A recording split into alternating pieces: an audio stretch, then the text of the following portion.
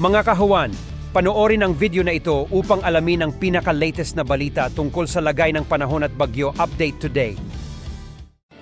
So sa ating latest satellite images, makikita po natin na tatlong sirkulasyon ang minomonitor po natin sa kasalukuyan. Unahin natin, ito pong sirkulasyon na nasa may bahagi ng Taiwan. Ito yung bagyong Neneng na humina at naging isang low pressure area na lamang. Hindi na ito nakakaapekto sa ating bansa.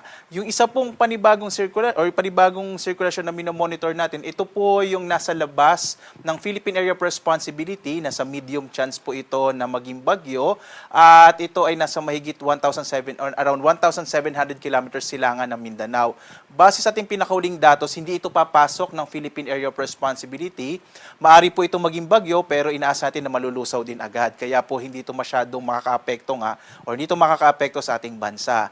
Ang isa pang minomonitor natin ay itong may international name na SODEL. Si Severe Tropical Storm SODEL ay nasa halos 2,700 kilometers silangan ng southeastern Luzon.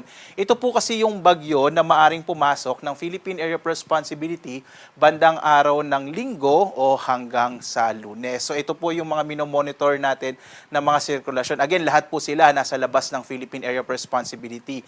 Ang nakakaapekto ngayon sa ating bansa ay itong southwest monsoon o habagat. Bagamat medyo humina nga po ito at nakakaapekto na lamang, particular na dito sa may hilagang bahagi ng Luzon. Ngayong araw, inaasahan natin, mapapansin nyo, halos walang masyadong kaulapan dito sa ating bansa. Kaya po, generally fair weather sa malaking bahagi ng ating kapuluan. Magkakaroon ng medyo maulap na kalangitan sa may area ng Ilocos Sur, Ilocos Norte, Cagayan, Abra, Apayao at sa Batanes, dulot ng habagat, habang iba pang bahagi ng ating bansa makararanas naman ng mga localized rain showers and thunderstorms. Inaasahan po natin na magpapatuloy itong mahinang habagat hanggang bukas, kaya po asahan natin yung generally fair weather sa malaking bahagi nating bansa hanggang ngayong araw nga ng Sabado. Pagdating ng Linggo hanggang Lunes, Martes, inaasahan natin na muling lalakas yung habagat, dulot nga nitong minomonitor natin na bagyong SODEL. Samantala, ipapakita ko po sa inyo, isa po sa mga impormasyon na ini-issue ng PAGASI tinatawag na TC Threat Potential. Ito po yung inaasahan o outlook po natin within the next 2 weeks kung posibleng magkaroon ng bagyo. So ngayon makikita nyo po sa week 1, ito yung mula August 20 hanggang 27, makikita nyo po, ito yung posibleng maging bagyong papasok ng Philippine Area of Responsibility bandang araw nga ng Linggo or Lunes. At ito po yung magpapalakas ng habagat, kaya inaasahan nga natin na posibleng next week, pagdating ng Monday, Tuesday ay muling magkakaroon ng mga pag-ulan, lalong-lalo na sa malaking bahagi ng Luzon.